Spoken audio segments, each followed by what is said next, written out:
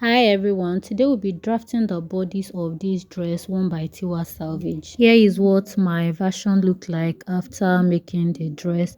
As for the neckline, you can use 2 inches width so that it can be high enough. We are going to be needing a full scale pattern for this project. Don't mind my pattern, I had to join more than one paper together, that is why it looks like that. We'll be connecting the tip of our shoulder to the armhole. I am maintaining the basic neckline because the style we are working with has a high neck.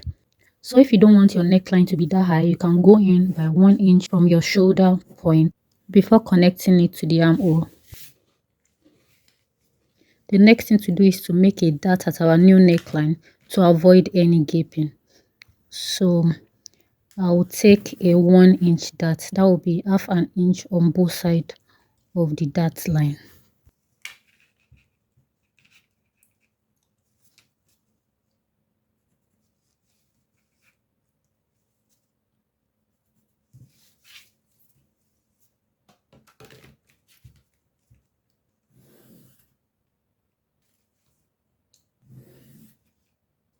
Now we need to measure our dart legs just to be sure that they would match at the end of the day. Most times, one will be longer than the other at this point. So we extend the shorter line to match the longer one, and that is what I am doing here. After marking the excess, you connect that back to your armhole on a straight line.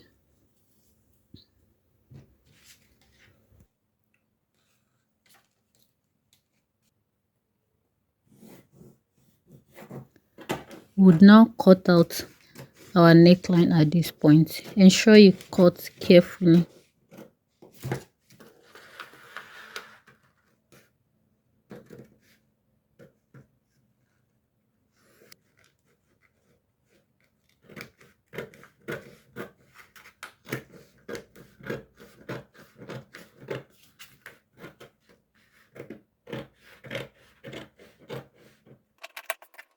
Your pattern should also look something like this when you are done cutting. The next thing to do is to cut open our waist dart so that we can close it dart at the neckline. You cut the waist dart up to the bust point.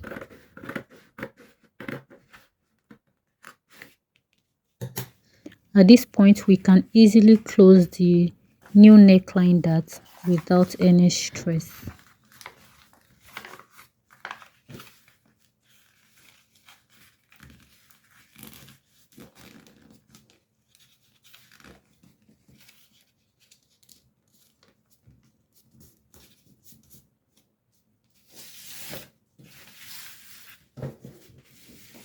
We'll now use this pattern at this point to cut our first front piece. The reason I like doing this is it makes it easier for me to drape the gathers without any stress.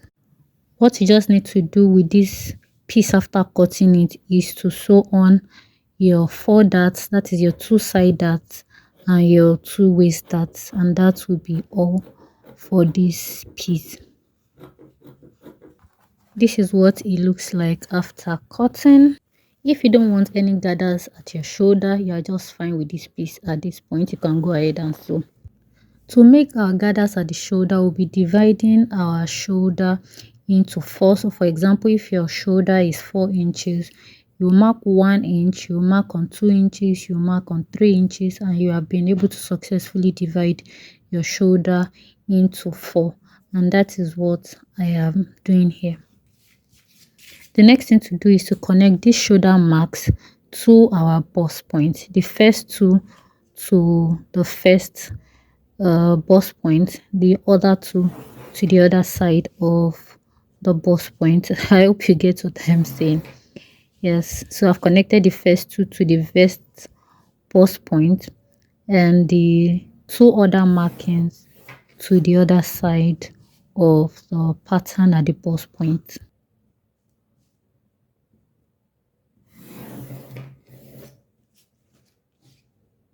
You should have your pattern looking like this. I've gone ahead to cut my neckline here.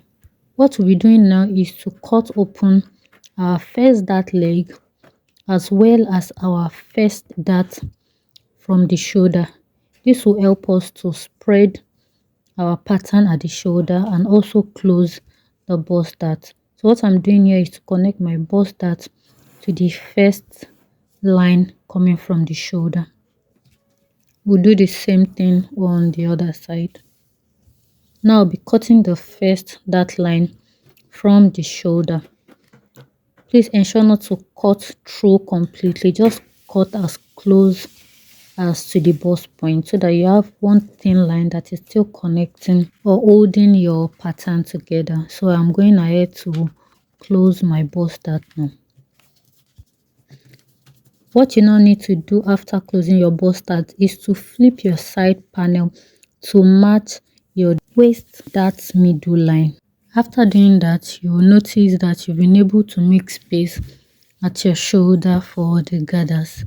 We'll go ahead to cut the second dart leg as well as the second dart at the shoulder.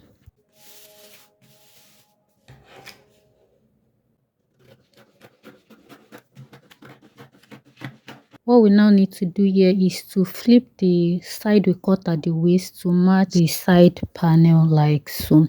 And we are done with the first side. What I'm doing is just to use a tape to hold the pattern together at the bust point so that the thin sides will not cut out.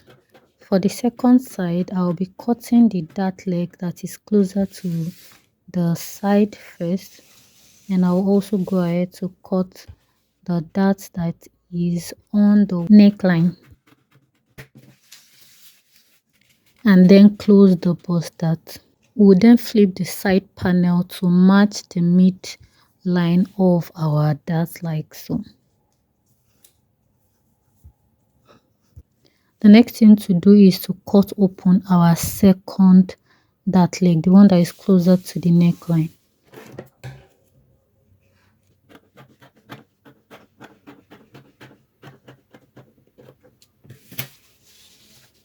And after this, you will now close the dart at the neckline. As you can see, we've been able to also create more room for our gather at the shoulder with this step. We'll now cut open the last set of darts at the shoulder and the waist, and we'll go ahead and flip that cut side to match our side panel like so. Then I'll use a tape to hold my bust point together so no part of it will fall off. I'll trim out 0.25 inch out of my two sides. This would help the dress to fit on properly at the side. So I'll cut that out and also repeat the same process at the other side. So what I'm doing here is just to define my shoulder, just trying to match it on a sort of straight line. So I'll just be cutting out that little excess. When you're doing yours, kindly add on fresh pattern paper underneath this pattern. It will help you to have a neater pattern, but I ran out of paper and that is why I am just doing this here. We'll move on to draft our back pattern now. I'll also be using the basic full scale pattern. Please don't be like me. Like I said again, I ran out of paper. That is why I had to join pieces of different papers together. So the first thing to do here is to connect the tip of our shoulder or wherever the neckline of your front panel is starting from to our armhole. Then you go ahead to make a dart line.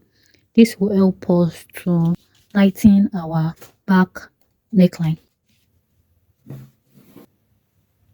Then go ahead to make a 0.5 dart on both sides of the dart line. After drawing out our dart, one side of the dart will be longer than the other, so we need to fix the shorter one. So I'm measuring the long dart so that I can make the shorter dart also as long as the first one. So I make that mark and connect it back to the armhole.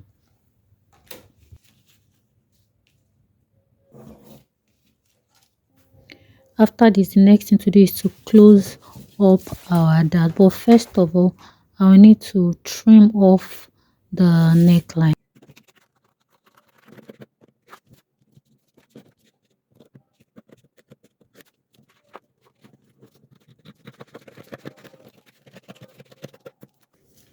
Now I can close my dart easily.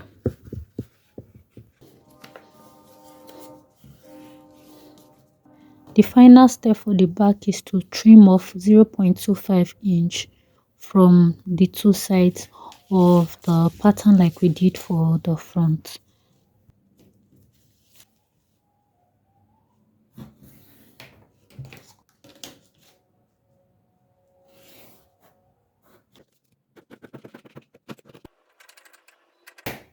At this point, we are basically done with the back. What you just need to do is to separate the midpoint of your back. You can now cut this on your fabric. Please remember to add all the necessary sewing allowances. I will now show you why we have to cut the first front piece without gathers. So what I'll do is to place both pieces together and pin them together at the armhole, the waist on both sides.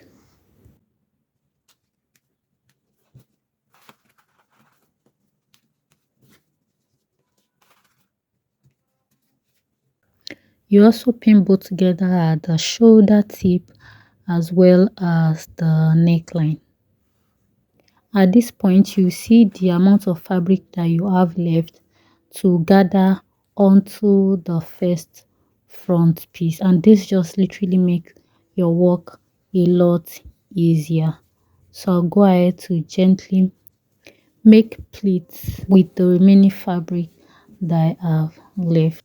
If you have a dress form, a pinnable dress form, this process would even be more fun to work around. As you make each pleat, you go ahead to pin each pleat to place. Then I'll repeat the process for as many pleats as I want to have. And it is just as easy as that. This is me showing you what mine looks like after making two pleats, and that is what the back looks like. When you are satisfied with the arrangement of your pleats, what you then need to do is to hold your pleats in place with needle and thread around the shoulder area as many as possible. This just helps you to put all your pleats in place. Please, when you are doing these hand stitches, remember to do that only on the main fabric. Do not stitch with the front piece under. Thank you guys for watching. If you have any questions, you can drop it in the comment section. See you in my next video.